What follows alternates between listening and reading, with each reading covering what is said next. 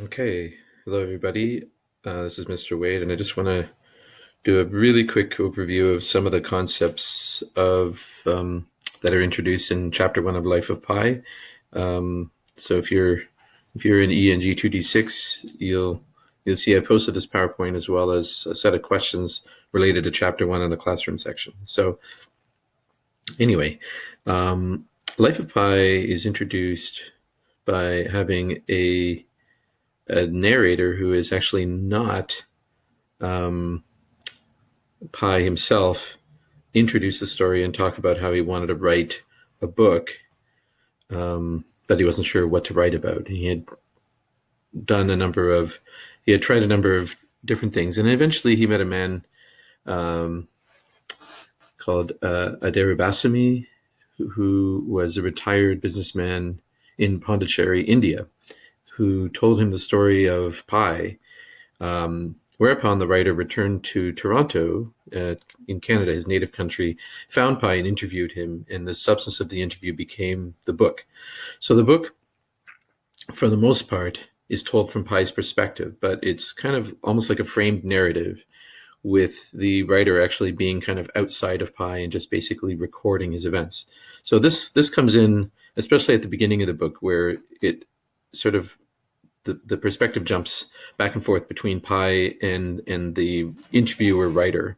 And at the end of the book, we're going to pick up the writer's perspective again, because there are a few chapters written from the perspective of another source, which are the Japanese insurance agents who interview Pi when he's recovering in a hospital in Mexico after his 7-month ordeal at sea. In any case, chapter one just introduces us to Pi. Let me try to get this. So the narrator gets going, and Pi starts talking, and we are slowly introduced to the main trauma, the essence of the story, which is basically his shipwreck. So in the introduction, we don't get all of the news, but we get hints of it, that he's been through something terrible. We don't know what it is. There is a sort of a before and an after. And all of this gives us a little bit of a sense of who Pi is, and it builds suspense and interest for us. There are a couple of important concepts that are introduced in this first chapter. So one of them has to do with his education. And so I thought I'd just touch on that. Pi, after he recovered in Mexico and came to Toronto, he went to university and studied two things. He studied religious studies and biology. And so the first chapter introduces us to this education. And I thought I would touch on that first by talking about his focus in religious studies. So when Pi studied religious studies, he did his research on the theories of cosmology by the 16th century Kabbalist Isaac Luria. And this is actually interesting for a few reasons. For one thing, it mirrors what happened to Pi at sea. So when you look at Luria's theory on cosmology, if you go outside the book and you read about it, it's sort of eerily it's eerily evocative of what actually happens to Pi. So basically, to summarize the theory, which you can look up on Wikipedia, according to Luria, the cosmologist or the Kabbalist, during creation, God shrank to make room for the universe, and the shrinking is called the Tzimtzum. Light at this point was carried in 5 jars, which could not contain the light, and so the jars shattered and the light sank. God then put the light into 5 figures, which became the 5 dimensions of our physical world. When you read through the story, you'll see, spoiler alert, that something metaphorically similar happens to Pi. The ship that he's on is actually called the Tzimtzum, and it sinks. This, in a way, gives Pi the reason and the room to create his own universe. There are 5 characters in the lifeboat originally. There is Pi, as well as an orangutan, a hyena, a zebra, and the tiger. So, what you want to make of this, um, I guess is up to you. But to me, it makes me think of a few things. One, that Pi, um, he has to create his own universe, and in the same way, it might be saying something about what creation actually is. So, the universe essentially gives scope for people to create, and people have to create everything. And so, when God, according to Luria, um, created the universe, what he did is he withdrew so that everybody had the freedom, the free will, to enact their own creation. In a previous PowerPoint, I talk about how the story is a very kind of postmodern story because it involves creation, human creation out of nothing, which I think is sort of a postmodern idea. Um, it's also kind of an interesting, almost cyclical thing because this ship is called the Simsum, and it sinks, and Pi goes through this whole thing before he ends up studying this concept in university a few years later. It's almost like the universe itself is imitating art. Like Luria's theory um, of creation is almost like reenacted in Pi's experience. So anyway, Pi also studies the three-toed sloth. When he is at U of T, he studies this animal, and the sloth um, is very important to him um, for a couple of reasons. For one thing, it lives in perfect harmony with its environment. Um, he also observed that it has seems to be at peace. A good-natured smile is forever on its lips, and I felt that I was in the presence of upside-down yogis deep in meditation. And in a sense, the three-toed sloth reminded me of God.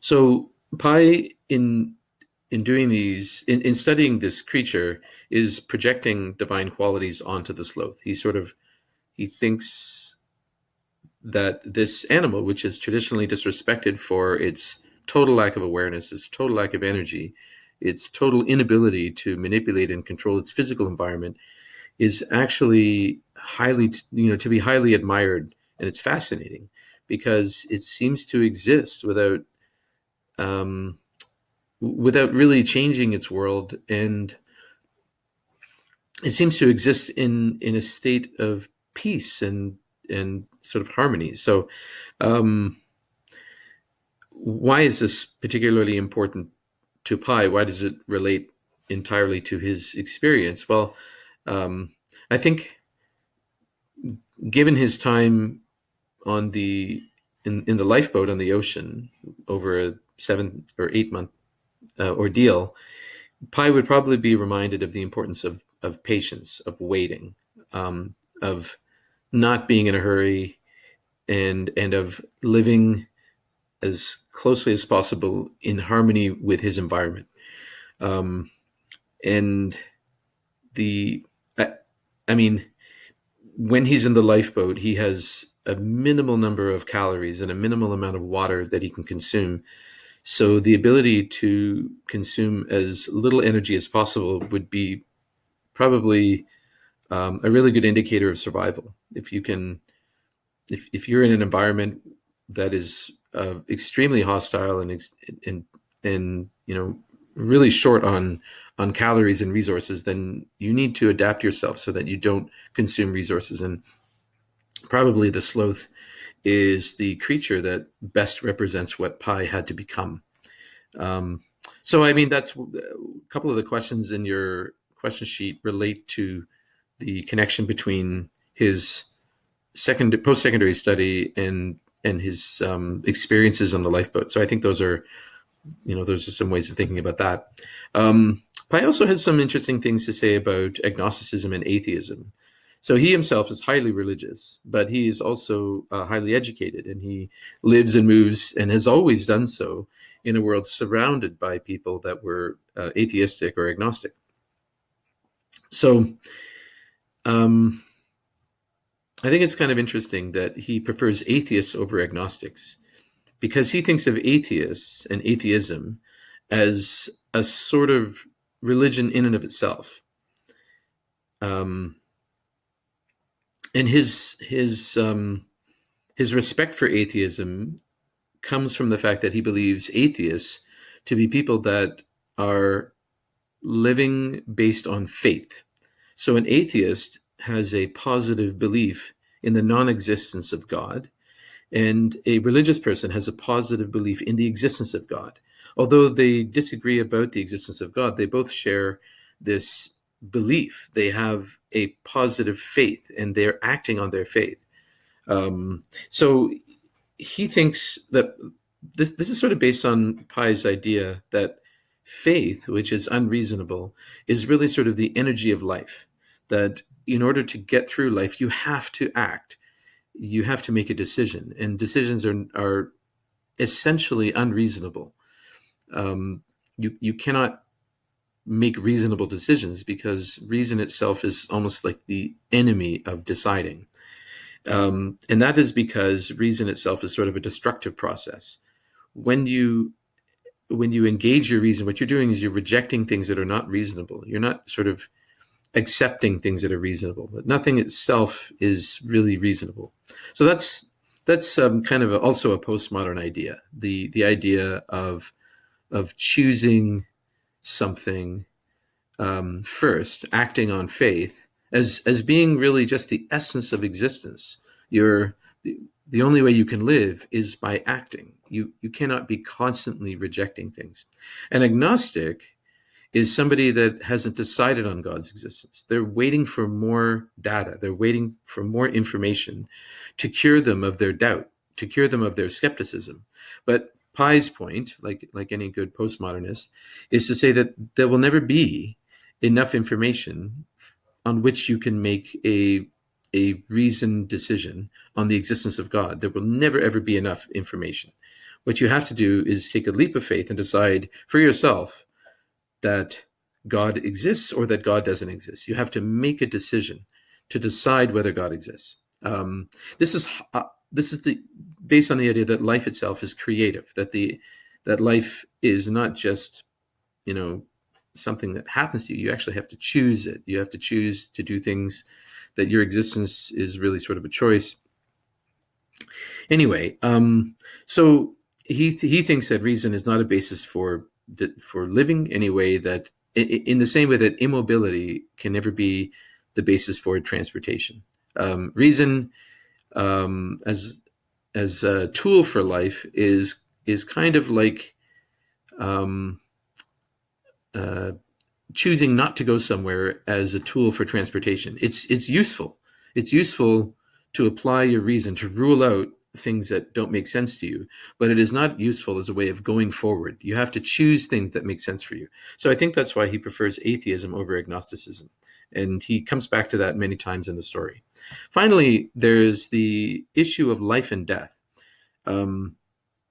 So one of Pi's symbols in this chapter is what the Romans called the memento mori. So it wasn't just a medieval thing. It was something that the Romans used. Typical medieval memento mori would be a skull on the desk of a scholar, or an entrepreneur or something like that, to remind people that one day you will die. It's a reminder of the sort of transitory nature of health and life, that one day we will all die. Supposedly the ancient Romans, instead of having skulls on their desks, they would bring out the corpses of their relatives in the middle of a feast, so that the people who were having a lot of fun, enjoying life, would be reminded that this isn't going to last forever. one day we will be like these. We will be these corpses. We will be dead. So that's what a memento mori is. And it's sort of something that is kept around to remind us that our life is a really transitory thing. But then Pi says something very interesting about life and death. And I'll just read the quote so that we can maybe think about this. Life is so beautiful that death has fallen in love with it, a jealous, possessive love that grabs what it can. But life leaps over oblivion lightly, losing only a thing or two of no importance, and gloom is but the passing shadow of a cloud. So there's this really defiant confidence that you can see in the first chapter of the book, where Pi, who has lost so much, he's lost his entire family, he's lost his childhood home, has decided that life is more powerful than death, that death is jealous of life, but ultimately cannot overcome it, that cannot defeat life. Life triumphs. And so I thought that's very interesting, and it seems almost like overconfident. How can he say that, given that there's so many things in the world almost trying to kill us? How can Pi be so confident in the power of life? So I'll leave that up to you guys to sort of think what he could mean by that, and maybe you can reach your own conclusion about what you think is more powerful, death or life. But I have a couple of questions here that you can think about. What does Pi think about the relationship between life and death, and how could life leap lightly over death? So I mean, it's up to you what you think, but I think in this text it's implied that life overcomes death. Life leaps lightly over it. That there is a certain ease with which life triumphs over death. It's not even a struggle. It's a simple thing. How can that be? There seems to be this horrible struggle between life and death throughout all of existence. And Pi sort of thinks that life easily wins. It's not even a struggle at all. So the only thing I'm going to say is that I mean, you could look at this in terms of biological history and say that that birth is life's triumph over death. So the way that life wins is for children to be born. And this is something that artists and poets and scientists come back to all over and over again, that the life force, the biological life force, is overwhelmingly powerful. And every living creature has this urge to reproduce and to extend its life through the conception and birth and raising of children. So that's one way of looking at it. Another way of looking at it is this sort of almost postmodern idea that the sheer creative power of people overcomes death. That what in the past people would call the lightness of vanity, like the vanity of imagination, actually has transcendent power over death. Just by thinking something, we bring it into being, and that being transcends the powers of destruction. We've already created this idea; it now exists, and this idea is as substantial as anything that could exist in the world. So it's a very postmodern idea, and I'm going to come back to this over and over again. So, question 2: the ability of life to leap lightly over death, I think, speaks to maybe it's Pi's overconfidence. Maybe it's maybe he feels this way because he's miraculously survived the catastrophe that killed everyone else on the boat and every living thing on the boat. So maybe he's overconfident. But I think I'm always going to come back to this idea, this really contemporary idea in the power of creation, the ability to with your mind and your will to project a universe out of nothing into which we can fill, into which we can put life and fill it with things. So I think that's a big theme in the book.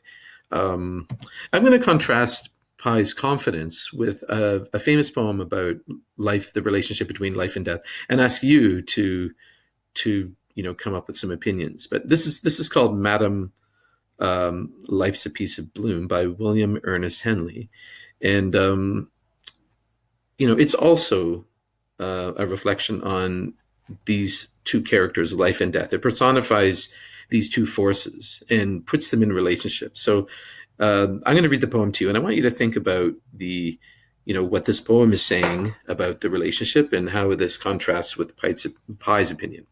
Madam, life's a piece in bloom. Death goes dogging everywhere. She's the tenant of the room. He's the ruffian on the stair. You shall see her as a friend. You shall bilk him once or twice, but he'll trap you in the end, and he'll stick you for her price.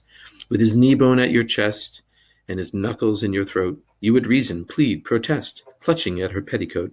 But she's heard it all before. Well, she knows you've had your fun. Gingerly, she gains the door, and your little job is done. So, what does this poem have in common with Pye's opinion about life and death? Well, they're both writers, both thinkers and writers, personify these two things, these two forces. They're in a relationship with each other. It's also implied, I think, that Pye sort of sees life as and death as in a kind of a romantic relationship. Death has fallen in love with it. Life is so beautiful. Death has fallen in love with it, a jealous, possessive love. I'm not going to talk about gender here or anything like that, although the poem, genders the two forces. So life is a woman, Madam Life, and death is a ruffian, a male, a man. And they seem to be in relationship too. But what does the poem say about this relationship? It's implied that they're working together. It's almost like they're in some kind of nefarious, sneaky business together, where we're distracted by life. We've fallen in love with life. Humans, living things have fallen in love with life, and we're distracted by the presence of death. So we see the beauty of life. We're attracted to life, and we're courting life. We see her as a friend, and we don't notice death, or if we do, we don't take death seriously. But in the end, death comes after us. And, the third stanza basically speaks to the inexorable power of death. It's his knee bones at our chest, his knuckles at our throat. And he'll stick us for her price. So it's almost like, we want something out of life, and in the end, death collects the payment. We can't get anything for free, and death takes the price. So it's almost implied that life is almost like a prostitute, and we have our fun with life, and in the end, death takes everything from us. So it's extremely cynical, and it's also it's quite sinister. It's quite scary. So what does this say about the experience of life? It seems to imply that while people are living, while animals, people especially, are living, they forget that death will come knocking one day, that death will come and take everything away from us. But we can have our fun for now, but we need to remember that death is actually sort of right around the corner. It's not something that in the end we can escape. And that this relationship between life and death is a very sinister one. They're in business together. And, we love life, but life doesn't love us back. Life basically allows us to die. We're not really that important in this big picture. We're just sort of playing, and we're victims. We're victims of our own kind of passions and need. And in the end, we die, in this pitiful way. So I want to contrast that with what Pye is saying about life, that life is beautiful and it leaps over, and death is really just only the passing shadow of a cloud. and it's nothing of great significance. This is a very, very postmodern idea. If you paid attention, or if you followed my PowerPoint on the history of art, you can see that for thousands of years, people have struggled with this idea of, our ability to kind of transcend our ignorance and understand reality. And I think that in the postmodern era, there is this belief that we create our reality, that we somehow have this power, godlike power, to create. Certainly, Pi's, his confidence doesn't come from any kind of like sort of Frankenstein like overconfidence in the ability to create monsters out of thin air, but it's more of a faith that there's this overwhelming faith in the power of life. That we all know that we're going to die, but Pi has faith that life will triumph anyway. So I think it's really interesting, and it's it's an important theme that that we should look at. Is Pi really just being delusional? Is he in denial about the tragedy that he's gone through? Is he sort of lying to himself? Doesn't he know, that everybody dies, that everything ultimately must die? Or is he onto something more significant? So that's something that we need to look at. We should think about. So anyway, so that's the end of chapter 1. There's some questions that we can explore. I can just actually go through them right now. So in chapter 1, why did Mr. Patel choose to study the sloth? We talked about that. Taking the information we get in the author's note, what might we surmise about this person? It sort of suggested that he's been through a lot, and that he's fascinated by people that can endure, by creatures that can endure, and that people and creatures that live in harmony with their environment. We also might surmise that he's very intelligent, that he's articulate. Because he's so articulate, he has a wide-ranging set of interests. What can we determine about Mr. Patel from his tone? I mean, we can I'll let you, reach your own conclusions about that. He shows a great interest in visiting cities. He has many, many cities that he would like to visit. I think one of them is Mecca. One of them is Oxford. There's a sort of a list of cities, if I can just find them here. I'm gonna.